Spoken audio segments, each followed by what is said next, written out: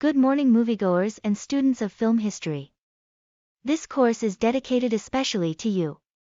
The first class on the history of cinema will discuss how historical cinema brings us the feeling of immortality from the inside out.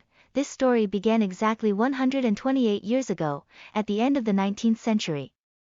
As a result of the Industrial Revolution, on December 28, 1895, an illustrious audience was present in the hall of the Grand Café in Paris and watched a projection provided by the Lumière brothers. Other projections had already been performed around the world at that time, but historians agreed with this date because it was the first paid cinema session. So that's the hook of our story. We're talking about the most prodigious and passionate invention of that scientific century. The most fascinating thing is that he manages to generate immortality. Let's take it easy. To understand better, take an old photograph of a relative who has passed away. Beats the presence of that loved one. Spiritual energy when you see his movie. Conquering death, even if only through image. That's right, the particularity that photography brings us is a regime of beliefs in the images. Every image is negotiated. It may have a power ritual. There may be a hierarchy there.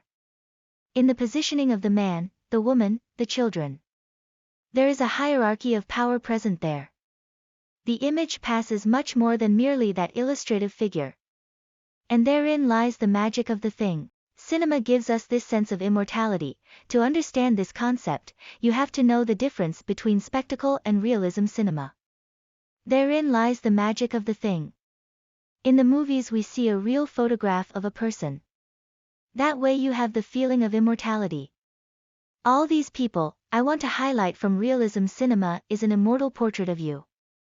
In this way, a photographic or video record of your niece's birthday configures a cinema of realism. Now comes the second part of the story, the spectacle or fiction cinema. It may even have its historical value, but it does not enter into this merit of realism explained here because an art film would be a reality falsified. For example, as travelogue, a kind of travel report. With the interest of presenting the European society of the time as were other landscapes, peoples and customs. The king would send an emissary, who would soon send back paintings such as, for example, those of the Guanabara Bay in Rio de Janeiro. Another great example is the paintings of European nobles from centuries ago. When you see the image of a noble, it is the representation of that person's soul. From someone who lived in a different time than he did. From this graphic record you understand that that person already existed at some time.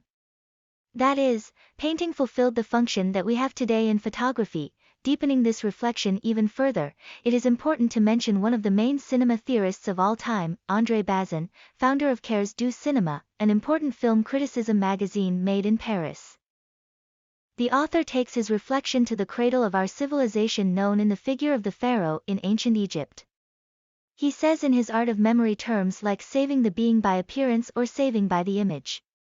He talks about the statuary function that represents ancient Egypt today. The statue, the sarcophagus generate the preservation of the body and then appearance. In this way, you can imagine that that being, in Africa, once existed within an organism of flesh, bone and blood, just like me and just like you. Concluding this reasoning, photography manages to preserve body and image.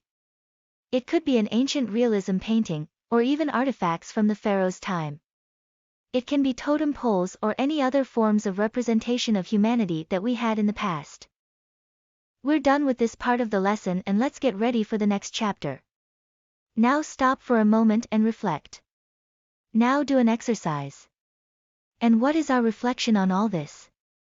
The exercise is to bring a reflection on the content mentioned above.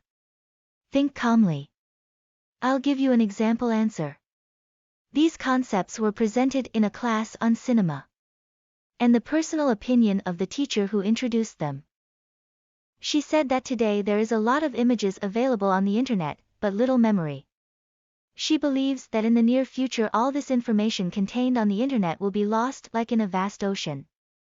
For that reason, nowadays she prefers to film her family with a Super 8 than on her cell phone. The Super 8 camera is a technology launched in the market in 1965 by Kodak. In this way believe. Then the images recorded in this camera due to its materiality.